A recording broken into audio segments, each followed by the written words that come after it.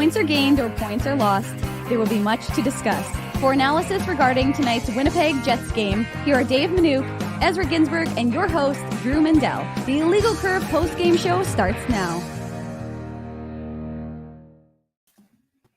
Good evening, Winnipeg. Good evening, Manitoba. For all those joining us live this evening on our YouTube channel and all of our social media platforms, we say good evening, universe, and welcome to the Illegal Curve post-game show brought to you by our friends at Betway. With Dave Manouk, I'm your host, Drew Mandel.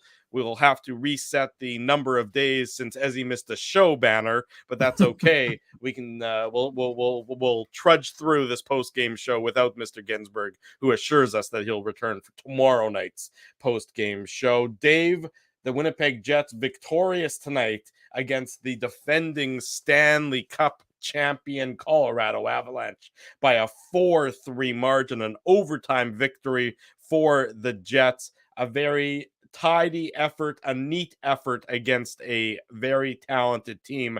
As you and I were talking about before we began the show, this was an entertaining hockey game. Even no matter what the result was going to be, this was a game that had me entertained, that kept my attention for the entirety of the 60 minutes. I'd be lying if I said every game keeps my attention. Monday's game against Dallas was a bit of a snooze fest compared to this one. This was a fun game to watch between two teams that put forth a pretty entertaining effort for game number 3 or game number 4 of the season for each team respectively. Yeah, there's no question about that, Drew. And that was one of the things you were wondering, was the Jets going to be able to, maintain the pace? Obviously, the news the Avs got, no Gabriel Landeskog. He's out 12 weeks with arthroscopic knee surgery, which he had in Minnesota, I believe, a couple days ago or yesterday. So you've got him out, and obviously Nikolai Ehlers was a game time decision. I thought maybe that was with a result of his getting hit in the hand, in Dallas, according to associate coach, Scott Arniel. 2 wins, by the way, under Scott Arniel's tutelage. But I thought that was potentially that he would have that would be an issue. But he said that's not it. It was something unrelated to that. So you had no Ehlers and no Landeskog, which are both losses, of course, for the big 2 lines, and a little bit of a surprise before we even get into it. Some lineup changes, right? We expected Dylan Sandberg to come in for Logan Stanley, and we weren't sure what was going to happen, obviously, when Ehlers came out, but they did a little bit of shifting, a little bit of line manipulation, and it wasn't they just, put Sam Gagner in Nikolai Ehlers' spot, but they actually made a number of moves. 3 of the 4 lines, of course, got adjusted, and Mason Appleton, the biggest one, being moved up to the top line with Mark Scheifele and Kyle Connor. And it's funny, I said before the game, it's amazing what Mason Appleton has done in terms of the amount of work he really has. He is a workhorse, right? And he doesn't, and it's funny because I got a little slack for it. I said, look, here's the guy who started on the 4th line with the Manitoba Moose when he started his pro career out of Michigan State. And then he worked his way up to, the 1st line with the Moose. I'm not trying to throw in a Moose minute here, Drew, but I think it's a critical factor. And of course, won HL Rookie of the Year in 17-18, and then just worked his way to being an important piece to the Winnipeg Jets.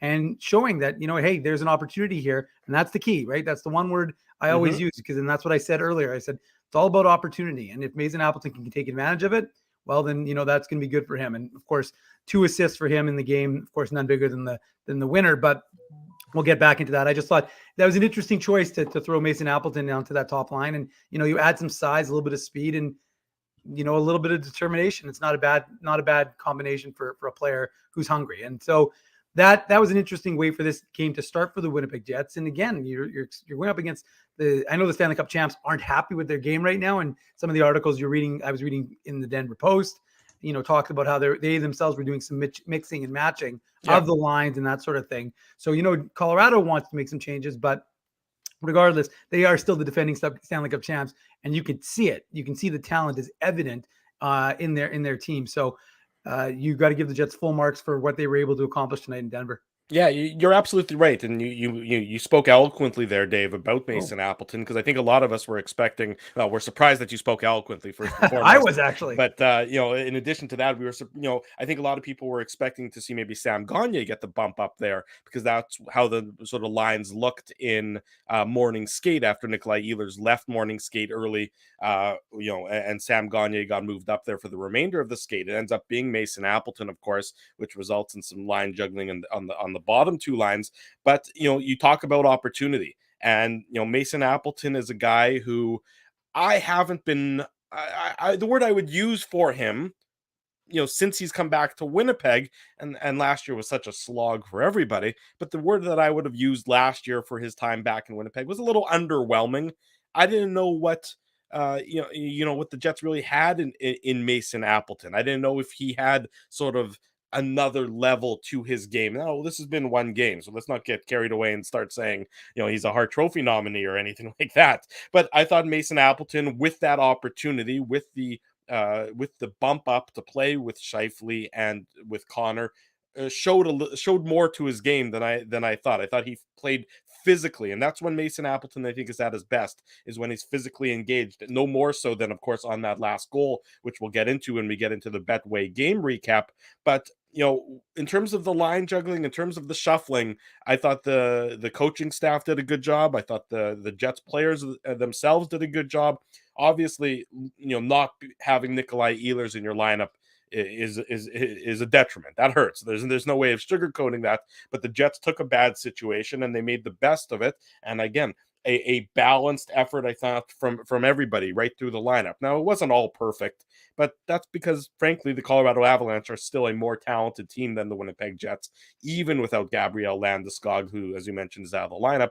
But the Jets, I thought, stayed with it throughout the course of the 60 minutes. When the Jets got in trouble, and obviously we will touch on that when we go through the goals, it was, there were some self-inflicted issues there. There was issues of unfortunate timing with the stick breaking, leading to the scramble in the zone. But most important from my perspective is the Jets played the third period like they weren't chasing. They didn't feel the need to chase in the third period, similar to what we saw after New York tied the game in the home opener in that third period, if you recall back. The Rangers tied the game. I think it was 1-1 at that point in time in the third period, and the Jets' approach didn't change. The Jets' style didn't change. What the Jets had to do to be victorious didn't change. Now, tonight, the Jets were very content on just sort of collapsing into a defensive shell. And that's what we've seen from Rick Bonus's teams in the past. That's what we saw a lot from with the Dallas Stars, is that when they're in the lead or when they're in a tight situation, they're content at really playing a defense-first style. I didn't know if the Jets had that in them. I don't know that they necessarily yet have it in them consistently, but we've now seen it in 2 of the 3 games in the third periods. In against the Rangers, as I mentioned, the Jets didn't start chasing the game. They didn't start playing their fire wagon brand of hockey. And today they were certainly content, keeping that shell, that defensive shell, earning that 1 point and getting the game to overtime. And then obviously in overtime, good things happened for this team. And so there's something to be said for the Jets trying to rid themselves of some of their bad habits. We saw some of the bad habits in the course of the game. We saw some of the bad habits on Monday in Dallas, but ultimately there was more good than bad for the Winnipeg Jets in tonight's effort, resulting in a impressive 4-3 victory against the Stanley Cup champion Colorado Avalanche. The Jets feel good about themselves, improved to 1-1 on the road trip, 2-1 on the season, and they head to Vegas tomorrow night for the second half of a back-to-back against another talented team in the Vegas Golden Knights. But more good than bad for the Winnipeg Jets tonight. We say good evening to everybody again. Welcome to the Illegal Curve post-game show alongside Dave Manouk. I'm your host, Drew Mindell. If you're new here, at the bottom of your screen, yes, I'm in full soliloquy mode. I saw somebody else say that I think I'm in monologue mode. Yes, it happens. Usually it's about a rant. No rant so far today. Only positive vibes, only happy smiley, Drew. I know it's disconcerting to you as it is to everybody else. At the bottom of your screen, underneath the description of the show that you're watching, click that link. You can enter contests. We give away great Jets swag, jerseys, hats, sweatshirts, whatever else we have, t-shirts, hats. I'm pretty sure we have even more things that Dave M would know about. Click that link. Do some of those entry getting. I'm stumbling on my words here, Dave. I'm like, entry getting, Drew. It's time for me to talk. If you're calling it entry getting, dear God, yes. Please, Drew. Talk. Yes, lots of opportunities for you to enter our contest. Just hit the link down below. Tons of you have already entered. We've got another winner of a Jets jersey. It's kind of arbitrary. I decided, do I want to give away a jersey tonight? Do I want to give t-shirts and hats away? Whatever you get, it's always great to win. They're authentic Jets jerseys, hats, and shirts.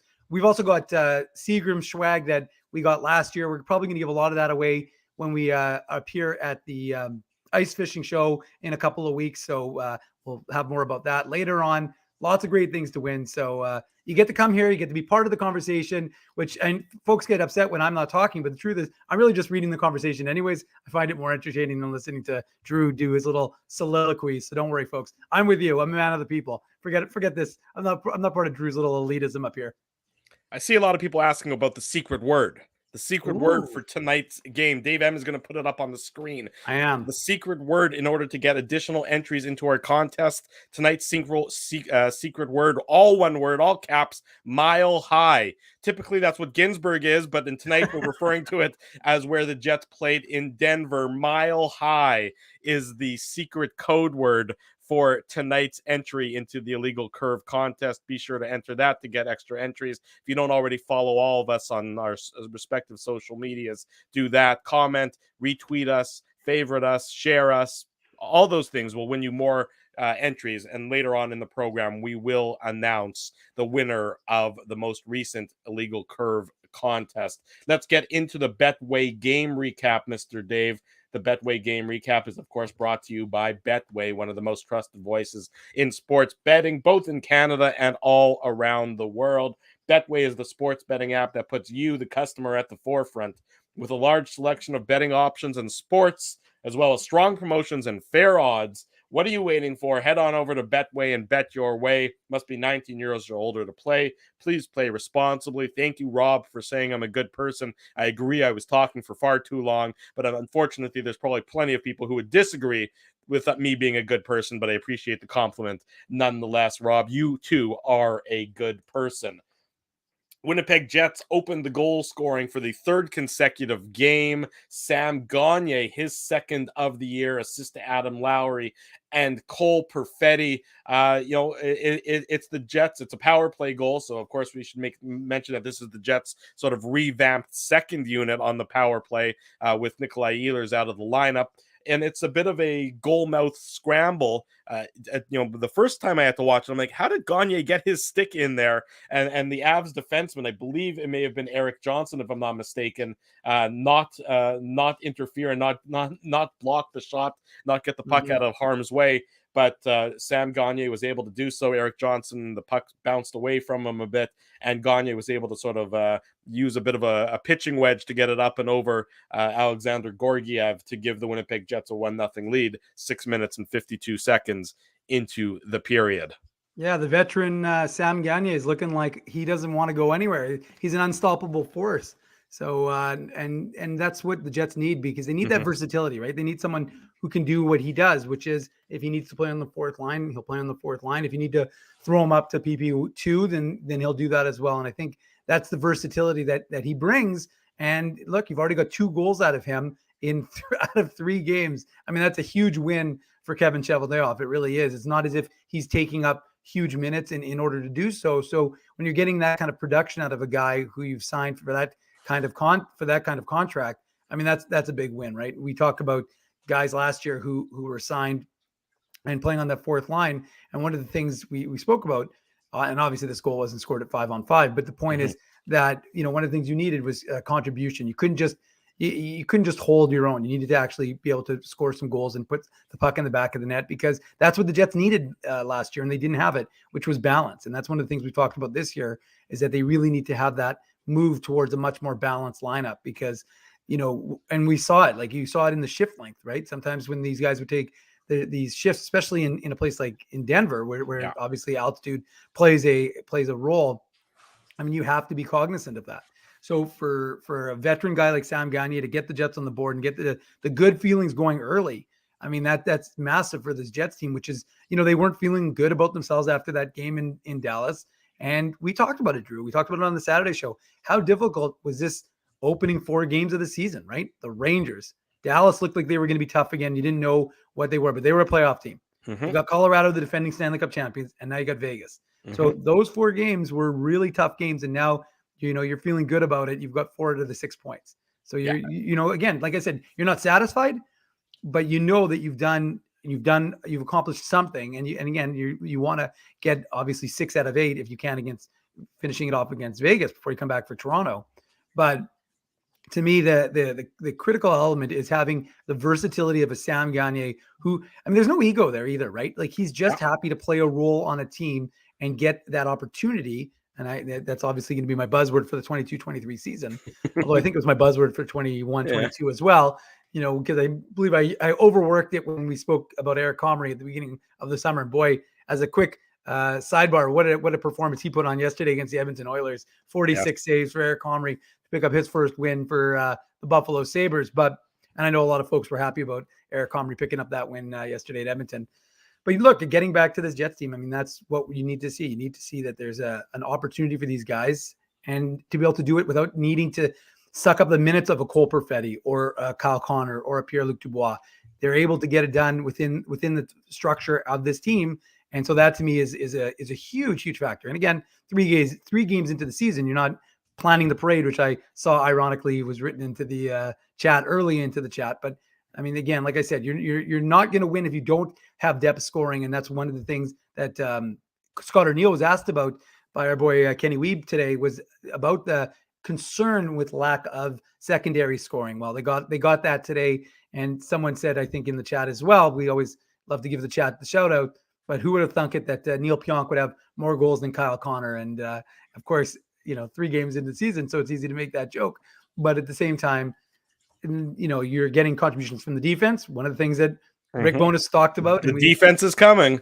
The defense, I tweeted it. I said, winter is coming, and so is the Jets defense. So that's not a bad thing for the Jets club, because, when Neil Pionk is feeling good, if Neil Pionk has bounced back, and you got Josh Morrissey having bounced back last year, but now you have, like, it's one thing if you get it individually, but you need to have that collective bounce, right? And now that seems to be happening. And we'll talk about the revamped D pairs later on in the show, of course, after we go through the continue on with the Betway game recap. You mentioned Neil Pionk. It's sort of interesting if you think about the Jets goal scoring in tonight's game. The Jets scored 4 goals. The first goal came at 5-on-4. The second goal came at 4-on-4. The third goal, the first goal came at 5-on-4. The second goal came at 4-on-4. The third goal came at 5-on-5. And of course, the game-winning goal came at 3-on-3. So the Jets scoring in all sorts of different alignment in terms of numbers on the ice at that point.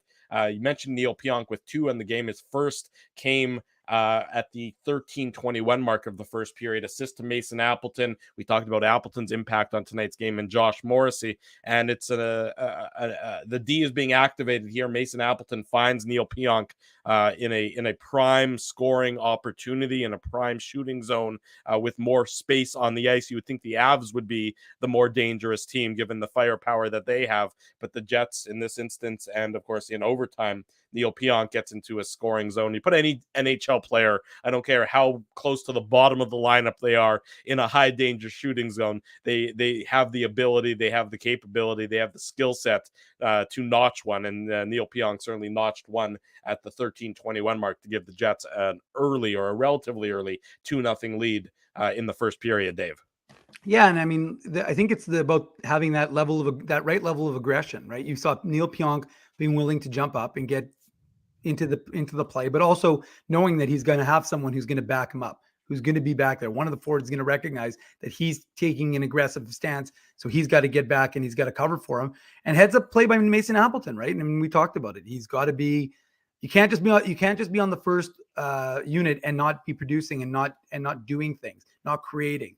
And so what do? You create a huge goal that, Neil Pionk's shot is excellent, as we saw twice tonight, and he's not making that mistake. So, like I said, good play all around from those guys, because you need Appleton to be digging in the corner, being willing to be aggressive. And he does have, it's funny, like people seem to forget, oh, he's a third liner, he can't produce. Well, he produced really well at the American Hockey League level. And I know the American Hockey League is different than the NHL. But, if you can produce, you can produce. If you're a guy who can score, you can probably score or you at least have the tools. You might not be at the same level as, Kyle Connor.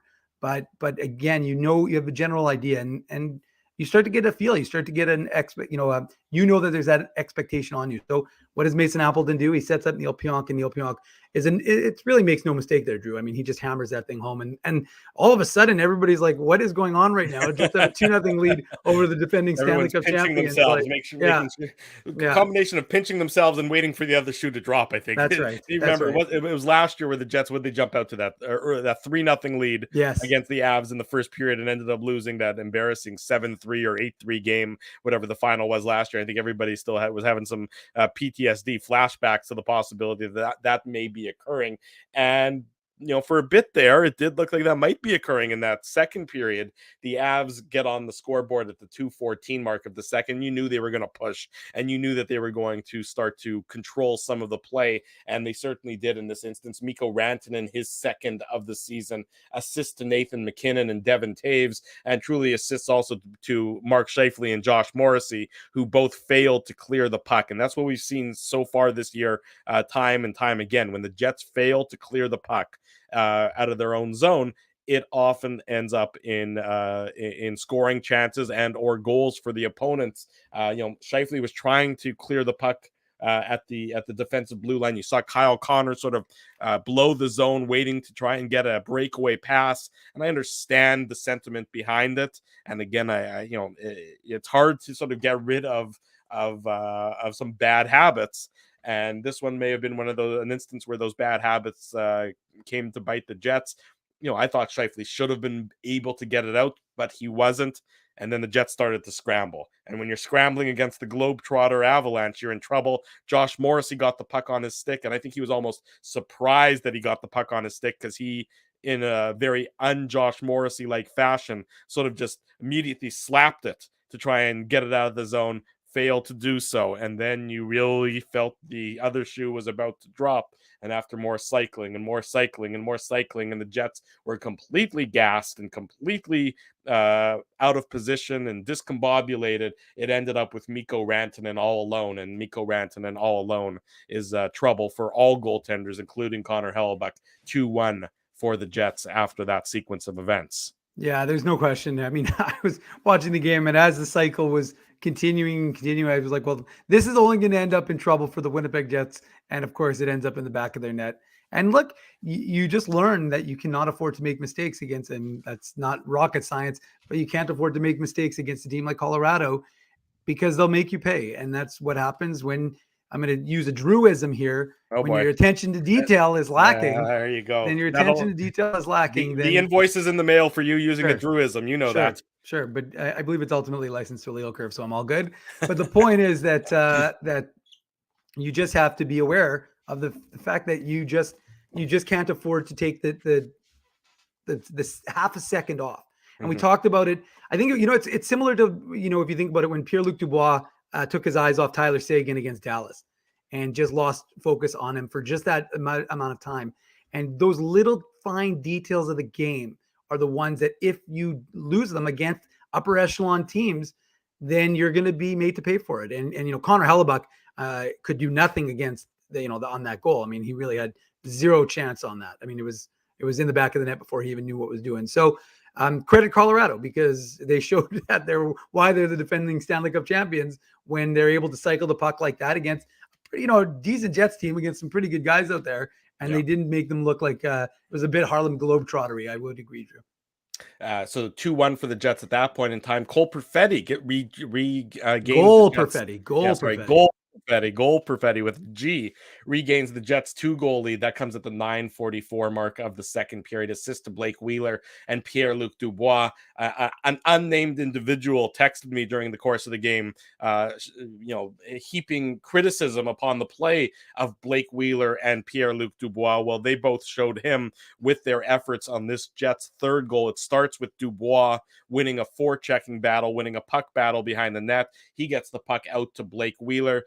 Blake Wheeler with that tremendous vision. He hasn't, maybe he's lost a bit of a step. Maybe he's not as fast off the jump as he once was, but he still has that tremendous vision and is still an effective player for this Winnipeg Jets team. He finds Cole Perfetti left all alone on the side of the net, and Perfetti makes no mistake getting his first of the season to regain the Jets their 2-goal lead just before the halfway mark of the second period and the halfway mark of the game. Well, you can take, look, Blake Wheeler may be losing half a step, but one thing you're not going to take away from Blake Wheeler is his passing ability. Mm-hmm. And that is A+, and that's not going to go anywhere. And one of the interesting comments I thought from yesterday's media availability with Blake, no, not yesterday, because they were off yesterday, the day before, on Monday, with Blake Wheeler, was he was asked about Cole Perfetti, and he was asked if he should be talking to him more about whether he needs to shoot more.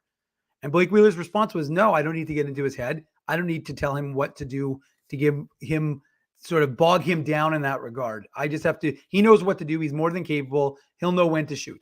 And, look, young players tend to default to the older guys, try and get them the puck a little bit, more than they need to, thread it back to them rather than take a shot when they have it. And we saw that maybe a little bit with Cole Perfetti last year, but I think this year is going to be a little bit different. And look, it's ironic that, of course, it was Wheeler right to Perfetti and right to the back of the net. It was a beautiful goal, right? And he's got a phenomenal shot. So that's not a surprise. And of course, right away, it's like Cole Perfetti scores, rookie of the year. Like, breathless. It's like, yeah. He doesn't even finish scoring. We're already the graphics up on the screen. Cole Perfetti, rookie of the year, Calder. Is he going to win? So look, I think that's what we were expecting with them. We were expecting a guy like Pierre-Luc Dubois to be the man who's going to dig that puck out of talk about clutching, grabbing. This was like a 90s hockey game. I thought in some instances, watching guys were bear hugging. Matt, the play with Dubois and Manson got that was ridiculous because Manson was over Dubois. And Dubois reacts because he hates, you can always tell he hates that stuff. But even there was a play earlier in the second period where Dubois had someone draped all over him and there was no call play and no call made. And I thought to myself, it's inconsistent. That's the way the reffing is, unfortunately, in the NHL. Because I was thinking, well, call it early. And then these guys are going to smarten up relatively soon as opposed to let it go all 90% of the season and then start to make penalty calls. So regardless, the fact is that you want to see Wheeler and doing what he needs to do, which is making that pass, and Perfetti knowing that he's got to be a shooter on that line. And that's the one way that line is going to get what, like I said, that Scott O'Neill was asked about, that secondary scoring. And sure enough, that's what they were able to provide. And 3-1, and the Jets are back feeling good again. They are back feeling good again. The good feelings don't last all that long, just a bit over 6 minutes, as it's at the 16:26 mark of the second period, where Mikko Rantanen gets his second of the game, his third of the season, assist to Bowen Byram and Valerie Nichushkin. And this one, it starts with a broken stick. It starts with Neil Pionk breaking his stick, because if Pionk has his stick, he's got a couple of different opportunities where he's able to clear the puck. The puck comes to him, but you can see that he doesn't have his tools to use. So he's trying to kick the puck. I thought he should have actually got down on his hands and knees and tried to just swipe the puck with his hand, not to do it in a way that he'd get penalized for putting his hand over the puck, but sort of pass it to one of his teammates. He's unable to do that. I'm not going to criticize too heavily there, but it eventually ends up when you could sort of, again, feel it happening. The Jets are scrambling. They can't get control of the puck, or at least a guy with a stick can't get control of the puck, and the Globetrotters and the Avalanche start their Globetrotter routine once again, and the Jets are scrambling, and the Jets are a little bit out of position, and they're trying to do everything. They're unable to clear, and Rantanen is left alone again in front of Connor Hellebuyck. And I think people are beginning to realize bad things happen when that happens, and it ends up in the back of the net for a 3-2 Jets lead with about 3.5 minutes to go in the second period. That's a classic case of a little thing called deja vu. you're watching this and you're thinking to yourself, here you go again. This is another instance where the Avs show what they're capable of doing when they have time and space, and the Jets just couldn't keep up and couldn't maintain position. And unfortunately for them, it ends up exactly like it had before with Rantanen in front and putting it past, Connor Hellebuck, giving the number 37 very little chance to make that stop. So, look, I mean, it's a lesson, of course, to be learned from the Winnipeg Jets, is that you can't take any time off, and that really, to me, is indicative of how key the shifts are, and that the shift lengths, because when you can't, and then obviously if you're being hemmed in, there's nothing you can do, right? If you're being hemmed in, you got to deal with it, and if your shift length goes long, it is what it is, because you can't get out. But that's just the reality, and we saw one more instance of that where it seemed like, oh boy, here goes. Especially, I think it was a 3-3 game at that point. And, that Connor Hellebuck made the stop, which is what he's paid to do. But, I think it's also important to realize, like, why is Rantanen, who's one of the most talented players, being left wide open in front of Connor Hellebuck? Because I can understand, guys are scrambling and guys are trying to, stick with their coverage, but you have to keep your wits about you. Yeah, and I can't imagine there's a coverage that's calling for leaving one of the most talented players on the ice wide open in front of the net, the goalie, in the highest of high danger chances areas, I should say. So, that's something for the drawing board. That's something for the video room, where they'll have to watch that again and see what they can do differently. But that's just, like I said, that's just a bit of a lack of dialogue maybe amongst the group, saying, like, recognizing that and covering and amending their coverage in order to prevent Rantanen from being left alone in front the way he was. And goes from bad to worse for the Winnipeg Jets a couple minutes later, almost exactly 2 minutes later, 2 minutes and 1 second later to be exact, on the power play with Mason Appleton in the box for slashing.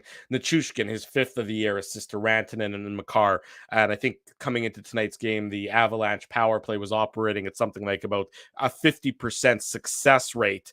And you saw it on display during this power play. The puck movement was stellar. The precision was impressive. And it ends up in the back of the net, as you just see Nichushkin sort of just fall back a little bit, just sort of escape, give himself some time and space, and a perfect setup right on his stick, again in the high danger area. The Jets defense, I think Manalainen was a little bit just unable to react quick enough to the puck getting through him, unable to get his stick on it to prevent the seam pass from being executed with a give and go, and it ends up in the back of the net, and it's a 3-3 game after 40 minutes, and the Avalanche have all the momentum, and the Winnipeg Jets, and I'm certain their fan base as well, were thinking, oh boy, here we go again in this third period. And then that third period, as we talked about, Dave, as we talked about off the opening, we said the Jets played what I thought to be a very wise third period, a very structured third period, a third period where they were more than content in shutting off the center of the ice for the most part. I mean, the Jets ended up with 5 shots in the third period. The Avs had 10, but of those shots in the third period, I can't really describe any of them as high danger opportunities. According to Natural Stat Trick, 5 of those shots for the Avs in that third period were of the high danger variety. I can't remember any that I would say were required, grade A saves or required tremendous saves from Connor Hellebuck. Solid saves, good saves, but the Jets, I thought, did an admirable job of really keeping the game to the outsides, keeping the game simple in that third period. A lot of it was sitting back, a lot of it was shutting things down, and I know that's a criticism that a lot of Dallas Stars fans leveled on Rick Bowness and Rick Bowness coach teams, because of course he wasn't behind the bench tonight. Still he's expected to be back hopefully for Tuesday's game as he recovers from COVID. But whatever it might be, Saturday's game against the Leafs. I don't know where I came up with Tuesday there, but whatever it was effective, because with the Winnipeg Jets team that was on its heels for a lot of the second period, and Winnipeg Jets team that really looked like the Avalanche were going to take the game to them and potentially win it in regulation, nothing happened in that third period.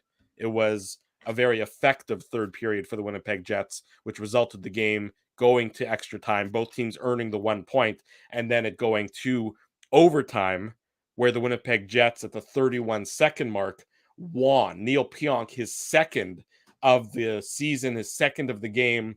Right now, according to NHL.com, okay, there it goes. Mason Appleton getting the assist. At first, they didn't credit Appleton with the assist, but really, this is a very interesting setup. So the Avalanche start overtime with their top guns, with their superstars, with Nathan McKinnon, with Cale Makar, with Mikko Rantanen on the ice. And the Winnipeg Jets, you thought, would counter with their top guns, Scheifele, Connor, maybe Dubois, maybe, a defenseman, go strength against strength. Scott Arniel doesn't do that. He goes with the unexpected trio of Pionk, Adam Lowry, and Mason Appleton to start overtime. The Avs get possession to begin. They win the draw, they get possession, and they get some zone time in the Jet zone. Nothing that required a tremendous save from Connor Hellebuyck. Then the puck sort of rings around the boards, and Mason Appleton wins a puck battle. And it's a great victory and a great sort of cherry on top of a very solid night for Mason Appleton. He wins the puck battle, chips it up to Neil Pionk, who breaks in 2-on-1 with Adam Lowry. Neil Pionk elects to shoot, and boy, did he shoot. An absolute rocket past Alexander Georgiev, giving the Winnipeg Jets a 4-3 victory in Colorado, Dave. Look, I mean, I think first of all, I want to make a comment about the third period, if I may, Drew, just because you may. I think one of the keys that we tend to focus on, or we think about, is the fact that people are like, well, it wasn't the most exciting period. Look, you could have an exciting period and lose 6-3. Right. You're going up against the defending Stanley Cup champions, and you need to play a solid team game, and that's what the Jets were able to do. So, yeah, that third period has to be seen as a win. I agree with you, because you get to overtime. Sure, you're up 3-1 at one point, and you could have walked out with a clean win, and clean wins are always going to be better. But you want to get to overtime, and I thought it was an incredibly calculated move to start with Lowry and Appleton and Pionk. And it was completely unexpected. I will tell you, if there was a Betway odds as to who the Jets would start in overtime, there is not a chance any of the 452 people who are currently chatting away in the chat room would have picked that trio to start overtime for the Winnipeg Jets, and certainly not to win it in 32 seconds, as was indicated. So huge play by Scott Arniel and the coaching staff to play that hunch and to make that decision. And the thought was that maybe if the Jets won possession with the faceoff, if when Adam Lowry took the faceoff, would he get off for Mark Scheifele or insert someone else here? But regardless, they obviously they didn't, and they didn't come off the ice, and instead they end up winning the game. And sure enough, it's Mason Appleton. And look, we're gonna burn through our it's just one game. But, it's an important one game for Mason Appleton, and that gives you confidence to take into the next game and to the next game. And look, Nikolai Ehlers could be back. We don't know the severity of what he's dealing with. He was obviously a game. Well, hold on. Maybe you do. Maybe I don't. But maybe you do. I don't have any news, but Scott Arniel post game talking to the assembled media in Denver regarding Nikolai Ehlers and his potential availability for tomorrow's game. Quote, "We're still trying to figure him out here. It's been nagging." It was, I think, if I'm not mistaken, a nagging lower body injury that he's been dealing with almost since the start of the season. "We'll just discuss it tomorrow and see where it goes." If I was a betting man, and I wonder if our friends at Betway have placed odds on this or have odds available on this, my guess would be we will not see Nikolai Ehlers tomorrow. You give him another day off, and then, of course, Friday is an off day for the Jets, and maybe he's back in time for Saturday against the Maple Leafs. That would be my guess. This is strictly my guess, is that you won't see him tomorrow. But obviously, if he's feeling better, they're going to have him in the lineup and not give it two thoughts about it whatsoever. Yeah, look, I think that's probably a good point, Drew, and we'll see very shortly whether Nikolai Ehlers is capable of playing tomorrow night or not. The Moose, for those who are curious, are heading to Chicago tomorrow morning, so they are going to be playing 3-3. If the Jets do need to make a recall, they'll be playing 3 games in 3 nights, starting in Chicago, and then I think Milwaukee, and then ending in Rockford. So they've got quite the weekend ahead of them. Maybe someone would rather go to Vegas and play in Vegas. We'll see, but who knows? But back to the overtime. I just like the boldness of the decision because, like I said, who would have expected that? I don't think anyone would have. And you end up with 2 points as a result. And one of the points that I just highlighted, and I think it's a good one, is the fact that it didn't go up. It didn't last 5 minutes. That was a quick overtime because you do have a game tomorrow night, and you got a game against a Vegas team that's reeling a little bit. They're feeling good about themselves. They were up 2-0 over Calgary. By the way, that Calgary pick looking pretty good right now. But the point is that Calgary stormed back and ended up winning that game and beating Vegas and sending them home, unhappy with their road trip in Western Canada. So, I think that's a good thing for a Jets club that's going to fly over to Vegas and obviously they won't skate tomorrow morning, but they'll be ready to go against the Vegas Golden Knights. So should be a lot of fun tomorrow night's game. But I mean, that was a heck of a hockey game. It really was. And yeah, I really had no expectation. Usually I sometimes have a feeling one way or the other how games could go, but I really didn't know. I thought it would be very interesting to watch how the Jets rebounded from their disappointment in Monday. And, one of the things we talked about on Monday's postgame show, Drew, was the fact that the Jets got away from the structure, what they talked about, and got away. And that's not unexpected, right? They've been practicing. They had Paul Maurice for 8 years. They learned what they learned for 8 years. You don't unlearn habits in a few weeks or in a month of training camp and the first couple of weeks of the regular season. So, that's not necessarily going to be the MO, is to be able to change it like that. But instead, they showed that they could stick with what they're learning from Rick Bowness and his coaching staff. And, like I said, more power to them that they were able to get an important 2 points against the Colorado team that, I think they said it on the broadcast. It's similar to Dallas. The Jets have not had a lot of success of late in Denver. And so for them to come out with 2 points is huge against the defending Stanley Cup champions. You're absolutely right, Dave. I'm a huge 2 points for the Winnipeg Jets. Feel good about themselves. The measuring stick, of course, a game against a Colorado Avalanche team. It wasn't perfect, but it was effective. 2 points in the bank, and you never have to apologize for that. Before we go to break, Dave M, we have a winner from the last Legal Curve merchandise contest. I know we've started the next one, and I know that I believe we've rectified. I resolved the Mile High word, so anybody can put in Mile High, and you will get the bonus points for watching the show. So you're good in that regard. There you go. Mile High is working. Mile High is working. If you tried to put it in before, and maybe you got an error message, try again. Dave M, multitasking man. I was working. He's giving analysis. He's setting up contests. He's fixing contests. Is there anything the man cannot do? Secret word for the Illegal Curve contest: Mile High, all one word, all in caps. If you don't know what I'm talking about, on the YouTube feed of this show, there's a description where it says, gives a recap of what's going to be happening or where you can find the show. At the top of that, in that description of the show, is a link in order to enter all of these contests where we're giving away all this great merchandise. Click that link. You can also find it on our Twitter feed at Illegal Curve. It's on our website, illegalcurve.com. You'll find that link. Click it there. You can do all these tasks. Do one of the tasks. Do all the tasks. Whatever you decide to do, that's how you get entries into the contest for some great Illegal Curve merchandise. So, Dave M, before we wrap up the Betway game recap brought to you by our friends at Betway, give us the winner of the merchandise for the last game. And just so folks know, writing Mile High in the chat won't get you the points. You have to enter down below. So that's right.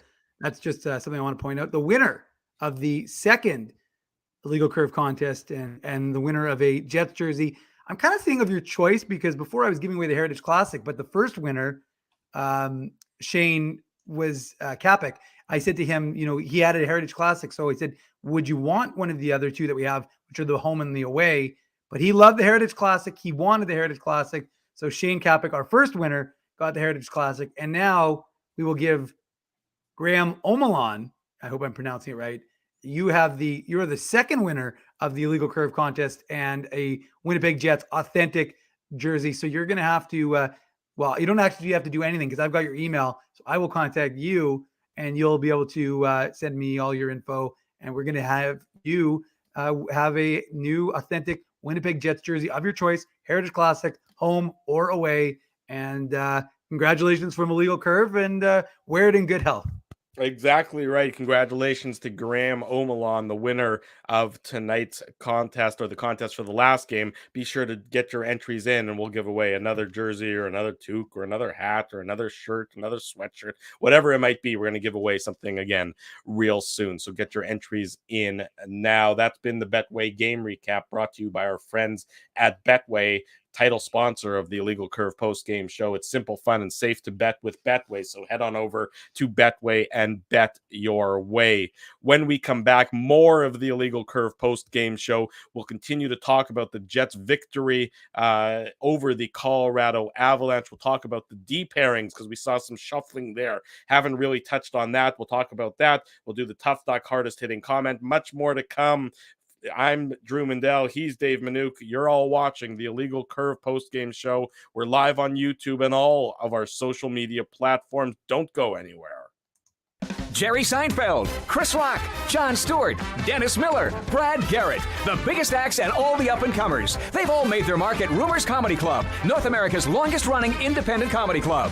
Rumors has kept Winnipeg laughing for over 25 years. When was the last time you laughed out loud? Make it a great night out with friends or book your office or birthday party, even a fundraising event at Rumors. Get all the details and dates on upcoming shows at rumorscomedyclub.com.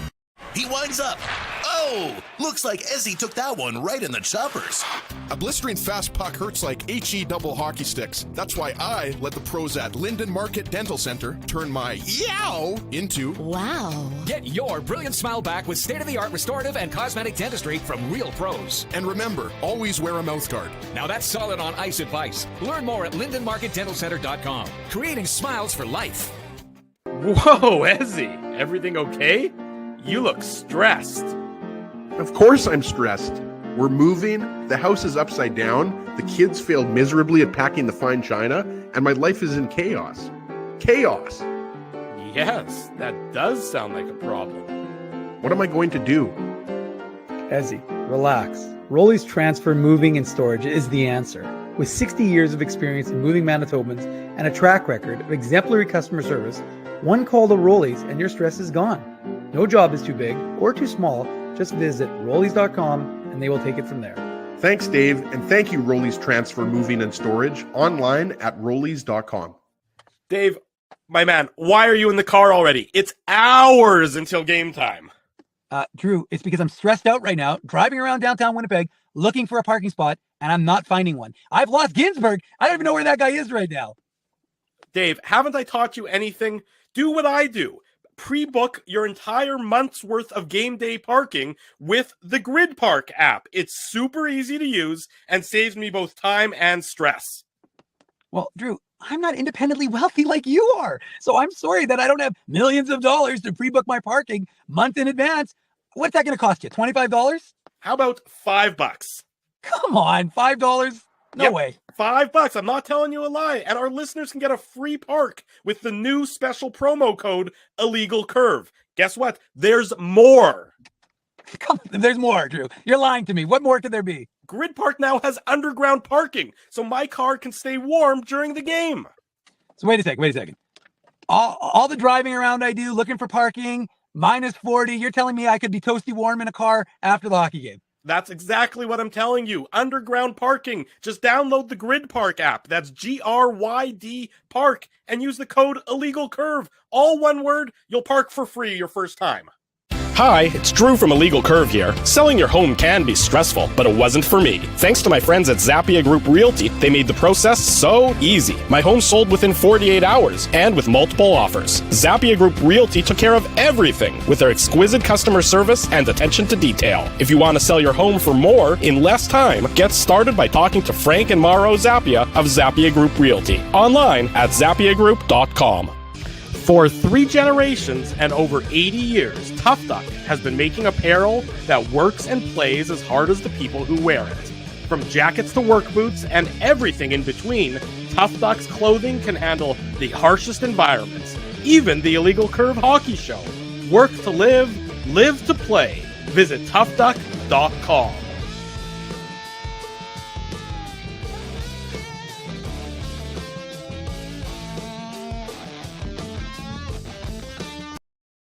Bottom of the hour. Welcome back to the Illegal Curve post-game show. Drew Mandel, Dave Manouk with you, talking about the Jets' 4-3 overtime victory over the Colorado Avalanche. The Jets improved to 2 wins, 1 loss on the season. Much more to talk about regarding tonight's game. But first, Tough Duck hardest hitting comment for tonight's game. And this one's going to be a bit of a different one. You know, I have the prerogative to choose as I feel.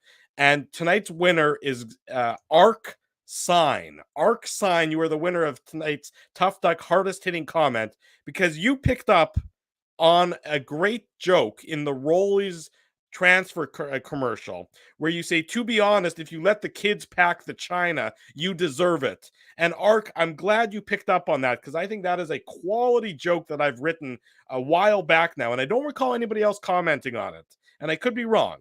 But as far as I'm concerned, the fact that you commented on it, you win a Tough Duck toque. So Arc Sign, send me an email, drew@illegalcurve.com, or slide into my DMs at ICDrew, and we're going to hook you up with a toque, courtesy of our friends at Tough Duck. You never know what comment it's going to be that's going to win you the Tough Duck hardest hitting comment. Oftentimes, it's about the Jets game. Oftentimes, it's some sort of insightful analysis. Other times, it's somebody who's just insulting me. Whatever it might be, Arc Sign, you are proof positive that you never know when you're going to win the hardest hitting comment. So congratulations to you for picking up that subtle joke in the Rollies transfer moving and storage ad that wins you a Tough Duck toque.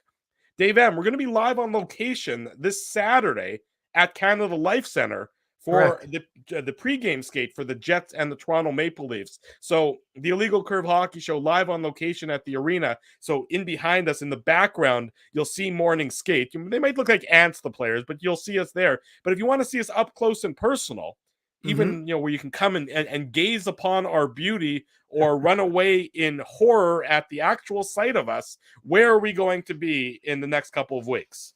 Well, November 5th and 6th, Drew, we're going to be at the Winnipeg Ice Fishing Show because we'll be gearing up for hard water season. At the Red River X place, there'll be dozens of retailers on site with all your favorite lures, electronics, ice shelters, augers, winter apparel, and more. Expert speakers. There's a kids scavenger hunt, and there's prize draws, which, as everybody knows, Illegal Curve loves to give prizes away. We'll have stuff when we're there live on location on November 5th to give away. Lots of great things. So make sure you're down there for the fishing show. Make sure you're down there to meet Illegal Curve. Price is $10 admission at the door. Kids 12 and under are free. So join us and join our friends at the Winnipeg Ice Fishing Show November 5th and 6th at Red River X Place. Should be a lot of fun. I combine three things I love: fishing, hockey, and talking.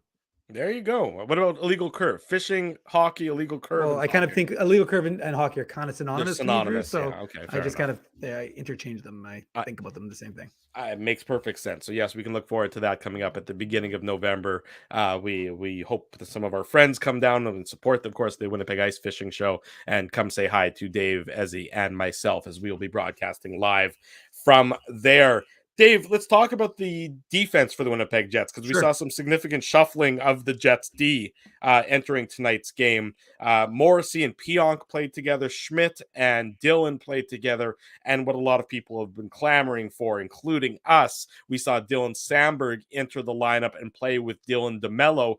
I thought the Jets D pairings for the most part were pretty solid in tonight's game. There were some instances where, of course, they ran into some trouble. Dylan Samberg, I think if you said that Dylan Samberg was relatively unnoticeable in tonight's game, that's a compliment. You saw he hit the post or the crossbar on a seeing-eyed shot that Alexander Gorgiev did not move on at all. So he was that close to scoring for the Winnipeg Jets tonight. But I thought him and Dylan DeMello paired together were very comfortable, were very solid, and were just what I would describe the best word I could use for both of them, professional in how they approached tonight's game. Well, Dylan Mello is like, if you're into horse racing like I am, and you go to the track and you see the thoroughbred riding, you're Mhm. walking to the gate, and sometimes there's the pony keeping it nice and calm beside, before the race, the pony's keeping it calm. Dylan DeMello is like the pony. He really is. And Mhm. it's amazing what he's able to do to calm things down. His fourth 100th NHL game tonight. So a big milestone for the Ontario kid, but he's just one of those guys who just has a very calming influence, and doesn't do a lot of things although it's funny because he could have scored tonight, which would have been rather funny because I think I saw someone say he hasn't had a 5-on-5 goal in however long I think 2019 someone said. So Yeah, that was me. I believe in the over under that we did last Saturday. It was in over there we under. That go. was the last time There he we go. scored a There we 5-on-5 goal. Yeah. So I knew it was coming in somewhere there, Drew. But the point is that that's a good thing to have for a guy like Dylan Sandberg, to be paired up with someone who plays that sort of game. I think that really can do well because it's funny, these guys are all experts. I mean, not experts, they're all professionals, but at the same time, with the guy like Josh Morrissey has a bad game, he doesn't have to worry about it. Neil Pionk has a bad game, he doesn't have to worry about it. Mhm. Brendan Dillon, Nate Schmidt, they have bad games. They don't really have to worry about it. But Dylan Sandberg, he knows that there's always going to be that pressure. He's going to have that behind him. And some guys can do real well with that pressure because, it makes them thrive. Other guys just try not to make mistakes. And in doing so, it ends up, not going well for them and not going well for the team. But I agree, Drew. I agree with the comments that we saw in the chat. And I really do think it's one of those situations where you do have an opportunity for a guy who didn't make a lot of noise tonight, and that's not a bad thing.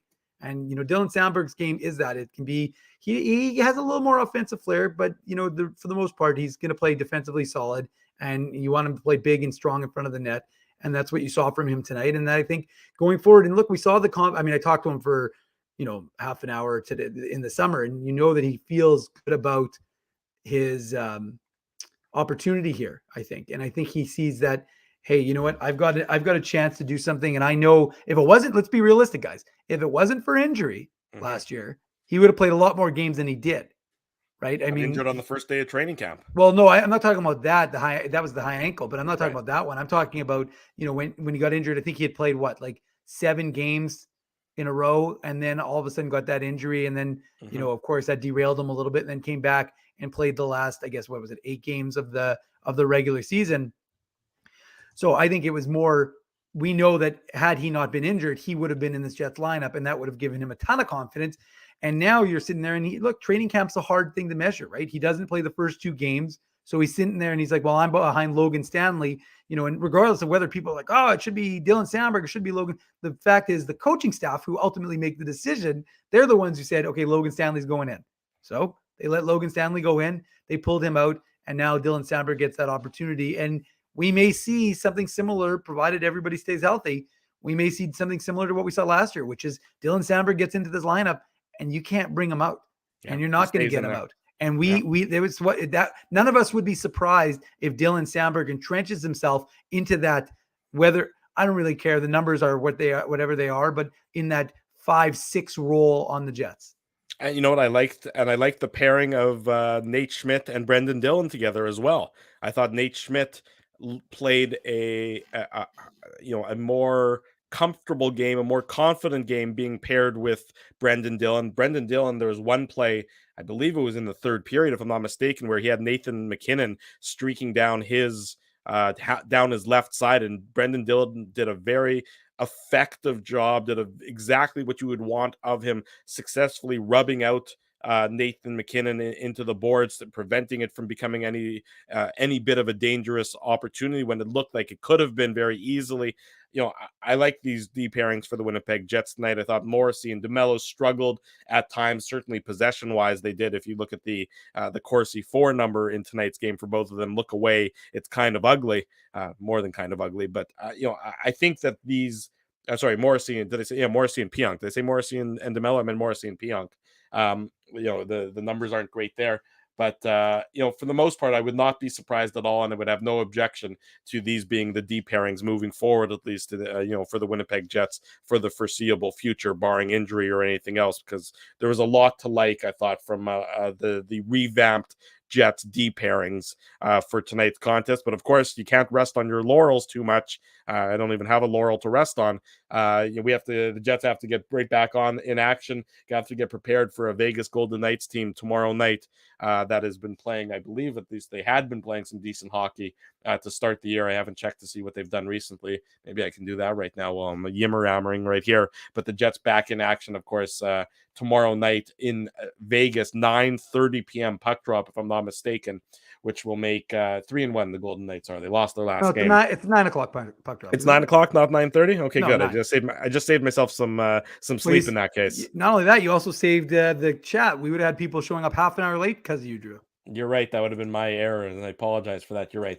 It is just a regular 9 o'clock start tomorrow, which means post-game show right around 11:45 p.m. after the Jets and the Golden Knights. I'll be back here. Dave M will be back here.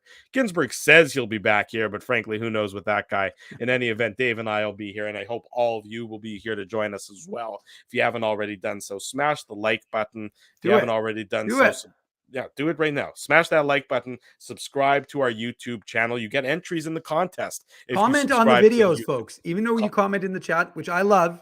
Yeah.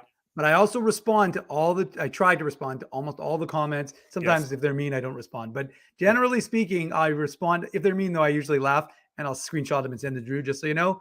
True. But try and comment on the videos. We like that. I'll respond. And also, again, little request from me to you. If you can, comment on iTunes and let people know that you're listening and what you think about Illegal Curve. You don't have to say you like us. I hope you do. Yeah, we prefer that. But whatever it is, we appreciate all the feedback, all the comments on all of our social media platforms. Subscribe, follow us everywhere Illegal Curve is. And that's why we do this for you night in Corey, and night Corey out. Even hears my voice when he reads my responses. That's great. There you go. That's a very Wouldn't that be great if you could actually press a button? It would be my voice. Sounds horrifying, to be perfectly honest, Dave, but whatever floats your boat, I suppose. In any event, Dave answered. See, there you go. Dave answered my silly comment, is what Comet says. Dave, that's Dave's commitment to you, and your comments all throughout our YouTube channel and all throughout, of course, our podcast pages and our website and everywhere you can leave comments. A big thank you to all the sponsors of Illegal Curve who make the post-game show, who make the Saturday show. They make the website a possibility. Our friends at Rumors Restaurant and Comedy Club, Linden Market Dental Center, Zappia Group Realty, Betway, Tough Duck, Boston Pizza, Seagram's, Rolly's Transfer, Grid Park, and The Keg. Support these fine businesses because of their continued support of Illegal Curve hockey. The Jets victorious tonight by a 4-3 margin in overtime. Tell your friends, tell your family, the best place to be after each and every Winnipeg Jets game. And again on Saturday mornings at 9 a.m. is back here on the Illegal Curve YouTube channel until tomorrow night's postgame following the Jets and the Golden Knights right around 11:45 p.m. Central, give or take a couple of minutes. Dave Manouk, he's Dave Manouk. I'm your host, Drew Mandel. Thanks for watching. This has been the Illegal Curve postgame show.